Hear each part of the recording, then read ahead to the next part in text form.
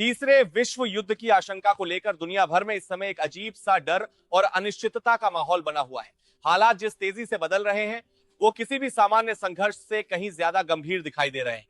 Iran और America के बीच तनाव लगातार बढ़ता जा रहा है और इसी बीच जो सीज फायर का ऐलान किया गया है उसके पीछे की सच्चाई अब धीरे धीरे सामने आने लगी है।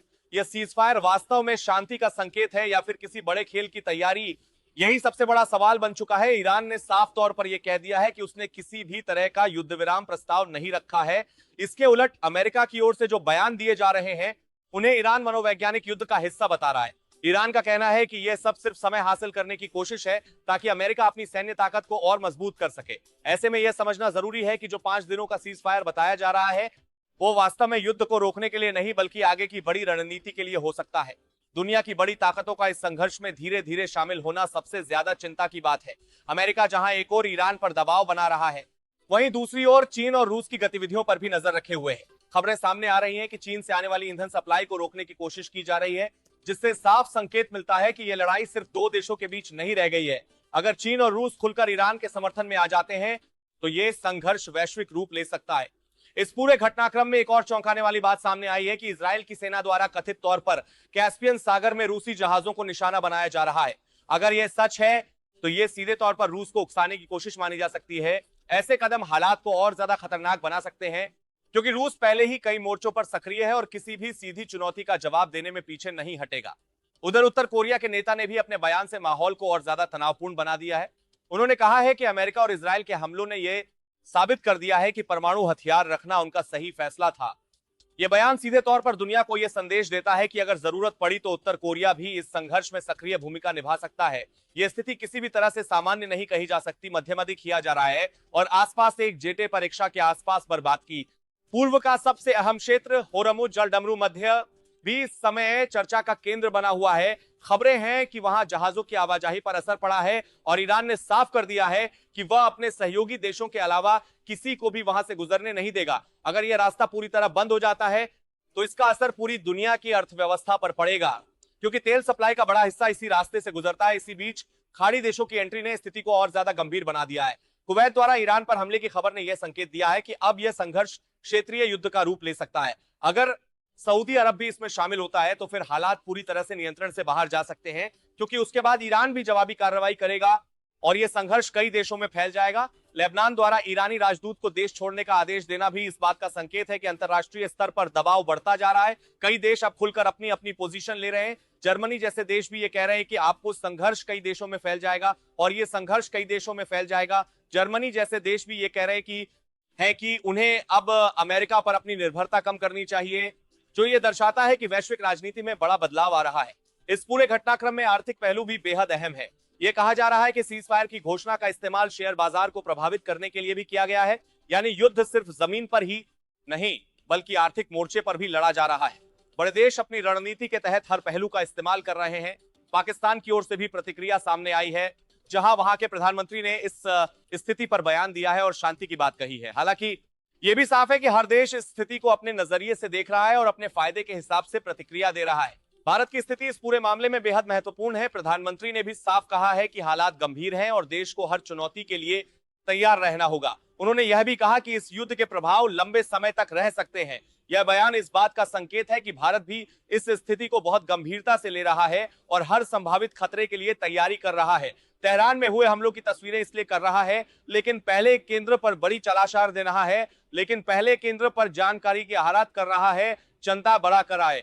बात की गवाही देती है कि युद्ध कितनी भयावह स्थिति में पहुंच चुका है। वहां की तबाही यह दिखाती है कि यह सिर्फ रणनीति या राजनीति नहीं बल्कि आम लोगों की जिंदगी से जुड़ा हुआ संकट है। हजारों लोग प्रभावित हो रहे हैं और यह स्थिति किसी भी देश के लिए अस्वीकार्य हो सकती है। ईरान ने भी साफ कर दिया है कि वह पीछे हटने वाला नहीं है। उसका कहना है कि वह अपने लोगों और अपने सहयोगियों के लिए खड़ा है और किसी भी दबाव में नहीं आएगा। यह जिद और टकराव ही इस संघर्ष को और बराबर की गई ना की गई ज्यादा खतरनाक बना रहे हैं। सबसे बड़ा सवाल यही है कि आने वाले दिनों में क्या होगा। क्या यह संघर्ष यहीं रुक जाएगा या फिर वास्तव में तीसरे विश्व युद्ध की दिशा में आगे बढ़ेगा। 5 दिनों का जो समय मांगा गया है वह सिर्फ एक विराम है या फिर किसी बड़े हमले की तैयारी, यह आने वाला वक्त ही बताएगा। लेकिन एक बात साफ है कि दुनिया इस समय एक ऐसे मोड़ पर खड़ी है जहां छोटी सी चिंगारी भी बड़े विस्फोट का कारण बन सकती है। अगर बड़े देश अपनी रणनीतियों और हितों को प्राथमिकता देते रहे और शांति की कोशिशें कमजोर पड़ती, गई तो हालात और ज्यादा बिगड़ सकते हैं। इस पूरे घटनाक्रम में सबसे ज्यादा नुकसान आम लोगों को ही उठाना पड़ता है, चाहे वह किसी भी देश के हों। युद्ध का असर हर जगह एक जैसा ही होता है, इसलिए यह जरूरी है कि दुनिया के सभी देश मिलकर इस स्थिति को संभालने की कोशिश करें, वरना इसके परिणाम बेहद विनाशकारी हो सकते हैं। अब सवाल और गहरा हो जाता है, क्योंकि जैसे जैसे समय बीत रहा है वैसे वैसे इस पूरे संघर्ष की परतें खुलती जा रही हैं। 5 दिनों के जिस सीज फायर की बात हो रही है वह अब केवल एक औपचारिक घोषणा बनकर रह गई है। जमीनी हकीकत यह है कि कहीं भी असली शांति नजर नहीं आ रही। छोटे छोटे हमले, सैन्य गतिविधियां और रणनीतिक मूवमेंट लगातार जारी हैं, जो ये साफ संकेत देते हैं कि यह विराम केवल नाम का है। ईरान की रणनीति इस समय बहुत स्पष्ट दिखाई दे रही है। वह सीधे टकराव से पीछे हटने के बजाय धीरे धीरे अपने सहयोगियों को सक्रिय कर रहा है। मिडिल ईस्ट के कई छोटे छोटे संगठन और मिलिशिया ग्रुप्स पहले ही एक्टिव हो चुके हैं। इसका मतलब यह है लेकिन कि युद्ध अब सिर्फ देशों के बीच नहीं बल्कि प्रॉक्सी वॉर के रूप में भी फैल रहा है। यही चीज इस पूरे संघर्ष को और ज्यादा खतरनाक बनाती है, क्योंकि ऐसे युद्ध लंबे समय तक चलते हैं और उनका कोई स्पष्ट अंत नहीं होता। दूसरी तरफ अमेरिका भी पूरी तैयारी में है। रिपोर्ट्स ये बता रही हैं कि वह अपने सैनिकों की तैनाती तेजी से बढ़ा रहा है। समुद्री रास्तों पर उसकी पकड़ मजबूत की जा रही है। दिल्ली में बताया जा रहा है आरेलियन डीआईसी है। दिल्ली में सभी की आ रही हैं और वास देश करार की सेमने साड़ी कर है, खासकर उन इलाकों में जहां से तेल और गैस की सप्लाई होती है। इसका सीधा असर दुनिया की अर्थव्यवस्था पर पड़ रहा है। तेल की कीमतों में उतार चढ़ाव शुरू हो चुका है और अगर यह स्थिति लंबी चली तो कई देशों की अर्थव्यवस्था हिल सकती है। चीन इस पूरे घटनाक्रम को बहुत ध्यान से देख रहा है। वो सीधे तौर पर अभी सामने नहीं आया है, लेकिन उसके कदम बहुत सोच समझकर उठाए जा रहे हैं।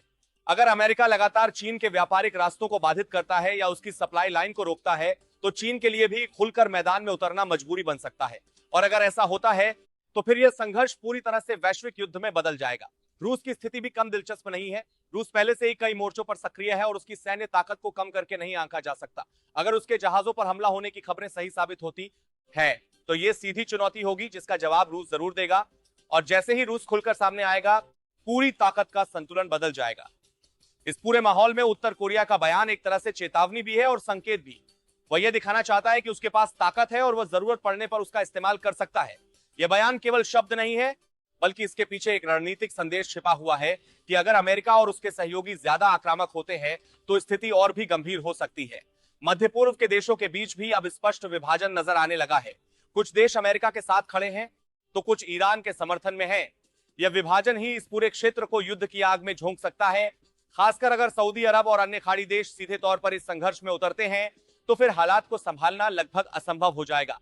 भारत के लिए भी यह स्थिति बहुत महत्वपूर्ण है। एक ओर भारत के आर्थिक हित इस क्षेत्र से जुड़े हुए हैं तो दूसरी ओर वहां लाखों भारतीय काम करते हैं। ऐसे में किसी भी बड़े संघर्ष का सीधा असर भारत पर पड़ेगा। इसलिए भारत की कोशिश यही है कि किसी भी तरह से शांति बनी रहे और तनाव कम हो। प्रधानमंत्री का यह कहना कि देश को हर चुनौती के लिए तैयार रहना चाहिए अपने आप में एक बड़ा संकेत है। इसका मतलब यह है कि सरकार भी इस खतरे को गंभीरता से ले रही है और हर संभव परिस्थिति के लिए तैयारी कर रही है। यह केवल एक राजनीतिक बयान नहीं है बल्कि एक चेतावनी भी है कि आने वाला समय आसान नहीं होने वाला। तेहरान और अन्य शहरों में जो तबाही देखी जा रही है वह केवल शुरुआत हो सकती है। अगर यह संघर्ष और बढ़ता है तो इसका दायरा और भी बड़ा हो जाएगा। बड़े बड़े शहर, महत्वपूर्ण ठिकाने और आम लोगों की जिंदगी सब कुछ इस युद्ध की चपेट में आ सकता है। एक और महत्वपूर्ण पहलू यह है कि इस पूरे संघर्ष में सूचना युद्ध भी उतना ही बड़ा रोल निभा रहा है। हर देश अपनी अपनी तरफ से खबरें और बयान जारी कर रहा है जिससे सच्चाई को समझना और भी मुश्किल हो जाता है।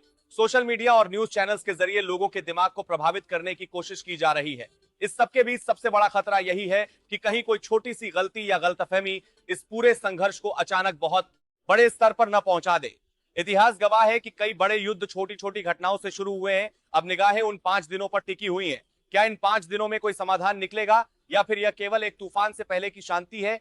क्या बड़े देश अपने कदम पीछे खींचेंगे या फिर और ज्यादा आक्रामक हो जाएंगे? ये सभी सवाल इस समय अनुत्तरित है, लेकिन जो साफ दिखाई दे रहा है वो ये है कि दुनिया एक बहुत ही नाजुक दौर से गुजर रही है। हर कदम सोच समझकर उठाना जरूरी है, क्योंकि एक गलत फैसला पूरी मानवता के लिए भारी पड़ सकता है। आने वाले कुछ दिन ही तय करेंगे कि ये तनाव कम होगा या फिर इतिहास का सबसे बड़ा युद्ध बन जाएगा।